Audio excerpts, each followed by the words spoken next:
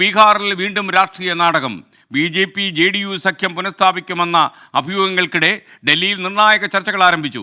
ഭാരത് ജോഡോ ന്യായയാത്ര ബീഹാറിൽ പ്രവേശിക്കും മുമ്പ് സർക്കാരിനെ മാറ്റുകയാണ് ബി.ജെ.പി. ലക്ഷ്യമിടുന്നതെന്ന് റിപ്പോർട്ടുകൾ വരുന്നു. നിതീഷ് കുമാറിനെ അനുനയിപ്പിക്കാൻ ആർ.ജെ.ഡിയും ശ്രമം ആരംഭിച്ചു. ആർ രാധാകൃഷ്ണൻ വിവരങ്ങളുമായി, ലേറ്റസ്റ്റ് അപ്ഡേറ്റ്സുമായി നമുക്കൊപ്പം ചേരുന്നു. Radhakrishnan, good morning, happy republic day. പറയൂ. എസ്.കെ.എൻ, ബീഹാറിൽ വലിയ രാഷ്ട്രീയ നാടകങ്ങൾ വീണ്ടും ഉണ്ടാവുകയാണ്. നിതീഷ് കുമാറിന് മുഖ്യമന്ത്രി പദത്തിൽ അദ്ദേഹത്തിന്റെ ടേം പൂർത്തിയാക്കാൻ സാധിക്കുമോ എന്ന് സംശയം ഉണ്ടാക്കുന്ന വിധത്തിലാണ് സാഹചര്യങ്ങൾ. ജെ.ഡി.യുവിന് കഴിഞ്ഞ നിയമസഭാ തെരഞ്ഞെടുപ്പിൽ അന്ന് മത്സരിച്ചത് ബി.ജെ.പിയോടൊപ്പം ചേർന്ന് എൻ.ഡി.എ എന്ന രീതിയിലായിരുന്നു. അന്നും ബി.ജെ.പിക്ക് ലഭിച്ച സീറ്റിന്റെ അത്രയും ലഭിക്കാനായിട്ട് സാധിച്ചില്ല.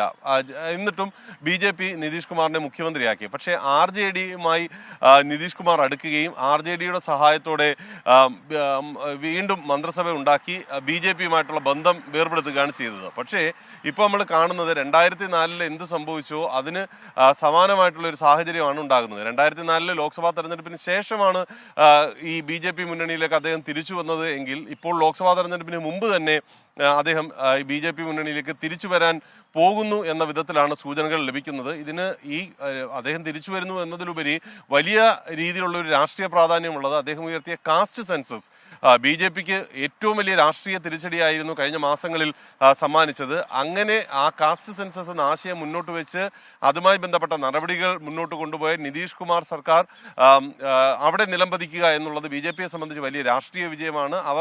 ബി.ജെ.പി. ഇപ്പോൾ ശ്രമിക്കുന്നത്, നിതീഷ് കുമാർ ബി.ജെ.പി. നേതാക്കളുമായിട്ട് ചർച്ച നടത്തിയിട്ടുണ്ട്. ബി.ജെ.പി. മുന്നോട്ട് വെക്കുന്ന നിർദ്ദേശം നിതീഷ് മുഖ്യമന്ത്രി ആകണ്ട, പകരം ബി.ജെ.പിയുടെ ഒരു ആൾ മുഖ്യമന്ത്രിയായിട്ട് വരും, നിതീഷ് കുമാറിന് എൻ.ഡി.എ കൺവീനറാക്കുക എന്ന രീതിയിലാണ് ഇപ്പോഴത്തെ ചർച്ചകൾ മുന്നോട്ട് പോകുന്നതെന്ന് നമുക്ക് മനസ്സിലാക്കാനായിട്ട് സാധിക്കുന്നു. നിതീഷ് കുമാറിനെ ഇന്ത്യ മുന്നണിയുടെ ചെയർമാനാക്കി പ്രധാനമന്ത്രി സ്ഥാനാർത്ഥിയൊക്കെ ആക്കും എന്നായിരുന്നു അദ്ദേഹം പ്രതീക്ഷിച്ചത്. പക്ഷെ അതൊന്നും നടന്നില്ല. ഈ ഒരു സാഹചര്യത്തിൽ അദ്ദേഹത്തിന് വലിയ അതൃപ്തിയുണ്ട്. രാഹുൽ ഗാന്ധിയുടെ ന്യായ് യാത്ര അവിടേക്ക് വരുമ്പോൾ, ബീഹാറിലേക്ക് വരുമ്പോൾ അദ്ദേഹം അതിന്റെ ഭാഗമാകില്ല എന്നാണ് അറിയാൻ സാധിക്കുന്നത്. വലിയ നാടകീയമായിട്ടുള്ള നീക്കങ്ങൾ അടുത്ത മണിക്കൂറുകളിൽ ബീഹാർ രാഷ്ട്രീയത്തിൽ സാക്ഷ്യം വഹിക്കും എന്നുള്ളതാണ് ഇപ്പോഴത്തെ ഒരു സാഹചര്യം. അമിത്ഷാ ബി.ജെ.പിയുടെ ദേശീയ അധ്യക്ഷനുമായി ഈ വിഷയം സംസാരിച്ചിട്ടുണ്ട് എന്നാണ് നമുക്ക് അറിയാൻ സാധിക്കുന്നത്. കഴിഞ്ഞ തവണ നിതീഷ് കുമാർ ഈ എൻ.ഡി.എ മുന്നണിയിൽ നിന്ന് പിന്മാറുമ്പോൾ അമിത്ഷാ പറഞ്ഞിരുന്നു, ഇനി മേലാൽ എൻ.ഡി.എയുടെ മുഖ്യമന്ത്രിയായിട്ട് നിതീഷ് കുമാർ വരില്ല എന്ന് പറഞ്ഞിരുന്നു. ആ വാക്ക് നിലനിൽക്കുന്നത് കൊണ്ട് തന്നെ നിതീഷ് കുമാറിന് ഇനി തിരികെ വരണമെന്നുണ്ടെങ്കിൽ പോലും മുഖ്യമന്ത്രി സ്ഥാനം എന്ന ആഗ്രഹം അദ്ദേഹത്തിന് കളയേണ്ടി വരും എന്നാണ് ബി.ജെ.പി. വൃത്തങ്ങൾ സൂചിപ്പിക്കുന്നത്. പക്ഷേ രാഷ്ട്രീയമാണ്, എന്താണ് സംഭവിക്കുക എന്നുള്ളത് പ്രവചനാതീതമായിട്ടുള്ള കാര്യങ്ങളാണ്. അടുത്ത മണിക്കൂറുകളിൽ രാജ്യം ശ്രദ്ധിക്കുന്ന ഏറ്റവും വലിയ രാഷ്ട്രീയ നാടകത്തിന് ബീഹാർ വേദിയാകും എന്നുള്ളതാണ് സാഹചര്യം. SKN. Okay, thank you R Radhakrishnan.